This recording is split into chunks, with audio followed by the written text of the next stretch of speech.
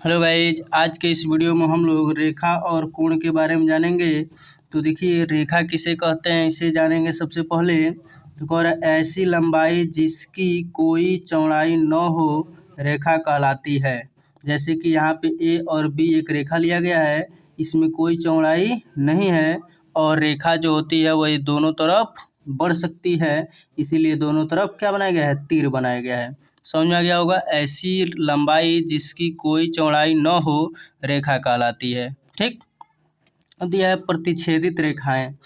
पर ऐसी दो रेखाएं जो एक दूसरे को काटे उसे प्रतिच्छेदी रेखा कहते हैं। जैसे कि देखिए, यहाँ पे दो रेखा लिया गया है, ए बी और सी डी। ए बी और सी डी, तो ये क्या कर रहा है, एक दूसरे को काट रहा है ओ बिंदु पर। कहाँ बिंदु, किस बिंदु पर, वो बिंदु पे काट रहा है, अर्थात एक दूसरे को काट रहा है, तो इसे क्या कहेंगे, प्रतिच्छेदी रेखा कहेंगे।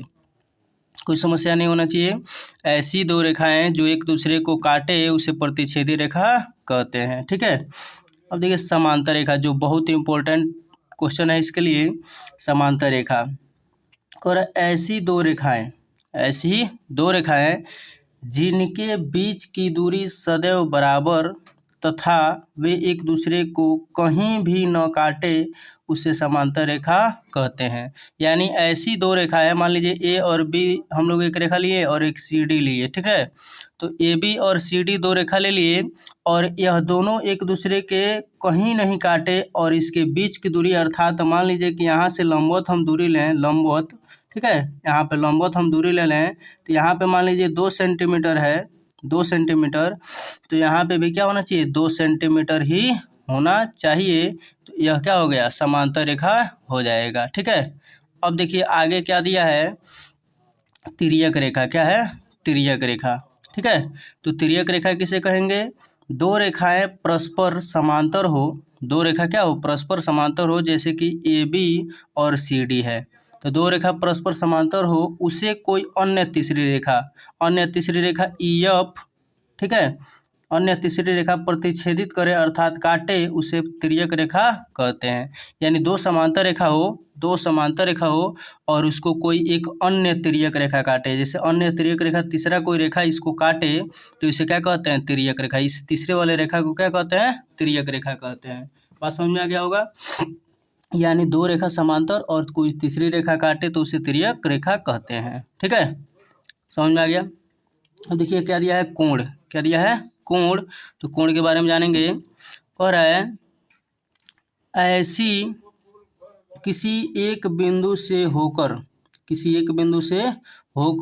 गुजरने वाली दो रेखाओं के आपसी झुकाव को कोण कहते हैं। जैसे मान लीजिए कि एक बिंदु है, ठीक, और एक बिंदु से दो किरण या दो रेखा इस प्रकार झुका हुआ हो कि इसके बीच में कोई थीटा बने, अर्थात इसके बीच में कुछ झुकाव हो, तो इसे क्या कहते हैं, तो इसे कोण कहते हैं। ठीक है।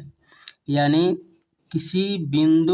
एक बिंदु से होकर गुजरने वाली दो रेखाओं के आपसी झुकाव को कोण कहते हैं। यानी दो रेखा है, ठीक है, दो रेखा है, आपस में क्या हुआ है, झुका हुआ है, तो इसे क्या कहते हैं, थीटा कहते हैं। थीटा को ही क्या कहते हैं, कोण कहते हैं। बस समझ में आ गया।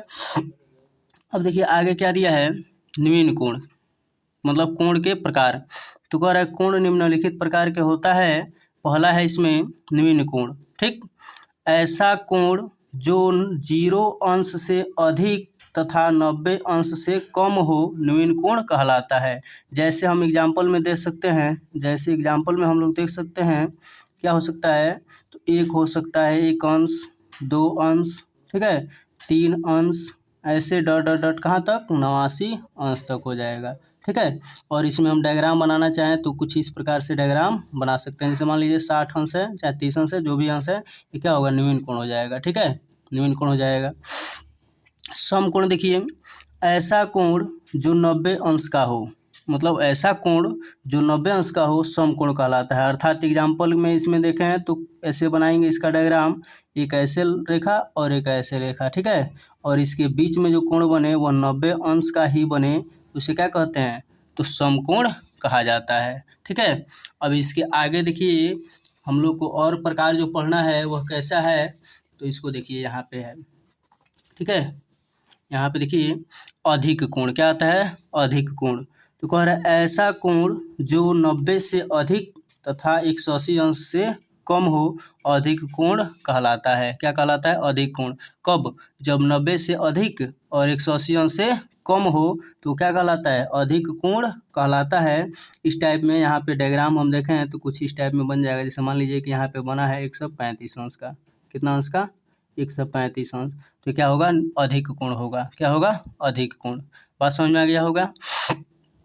अब देखिए यहाँ पे इस थोड़ा नाम गलत हो गया, ऋजु कोण या सरल कोण। क्या किस चीज़? सरल कोण। ठीक है। तो यहाँ पे देखिए ऋजु कोण, ऐसा कोण जो 180 अंश का हो ऋजु कोण कहलाता है। अब देखिए ऋजु कोण का मतलब हो गया कि यहाँ पे एक बिंदु ले लिया जाए और इसके एक तरफ इधर जाए, ठीक, और एक इधर जाए, एकदम मतलब सामने, ठीक ना। तो इसके बीच में जो कोण बनेगा वह क्या होगा? 180 अंश का बनेगा। ठीक है। और इसे क्या कहते हैं? ऋजु कोण कहा जाता है या सरल कोण कहा जाता है। ठीक है। और ये बहुत बार इम्पोर्टेंट है कि मतलब सब क्वेश्चन में आता है कि एक रेखा पे 180 अंश का कोण बनता है तो इसी से बनता है। एक रेखा हो गया और इस पे देखा जाए किसी बिंदु को उठा लिया जाए, यहाँ पे बिंदु ले लिया जाए ओ, तो यहाँ पे कोण कितना बनेगा? तो 180 अंश का कोण बनेगा। ठीक है। बात समझ में आ रहा होगा। अब देखिए इसके आगे दिया है बृहत कोण। ठीक, ऐसा कोण जो 180 अंश से अधिक तथा 360 के बीच का कोण बृहत कोण कहलाता है।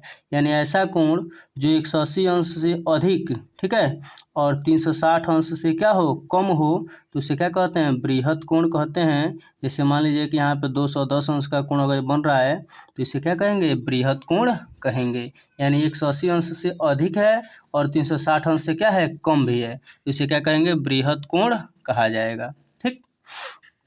अब देखिए दिया है संपूर्ण कोण। संपूर्ण कोण तो कह रहा है ऐसा कोण जो 360 अंश का हो संपूर्ण कोण कहलाता है। 360 अंश का जो कोण होता है वह क्या कहलाता है? संपूर्ण कोण कहलाता है। और 360 अंश का एक बिंदु पे 360 अंश का कोण बनता है। ठीक है। एक बिंदु पे 360 अंश का कोण बनता है। अब इसे क्या कहेंगे? संपूर्ण कोण कहा जाएगा। ठीक। इम्पोर्टेंट क्वेश्चन यहाँ पे आ गया। इम्पोर्टेंट कोण आसन कोण। क्या है? आसन कोण। ठीक, दो कोण जो आप पास पास हो, दो कोण जो पास पास हो आसन कोण कहलाता है। जैसे हम देखिए यहाँ पे एग्जांपल, यहाँ पे इसका डायग्राम बनाए तो एक रेखा हो गया, ठीक, और एक कोण मान लीजिए ए वाला हो गया और एक कोण मान लीजिए ए वाला हो गया। एक ए है और एक बी है। ठीक, तो ए और बी को क्या कहेंगे? आसन कोण कहेंगे। कोण ए और कोण बी, कोण ए और कोण बी आसन कोण है। क्या है? आसन कोण है। ठीक, समझ में आ रहा है? लगभग समझ में आ गया होगा। चलिए आगे देखिए।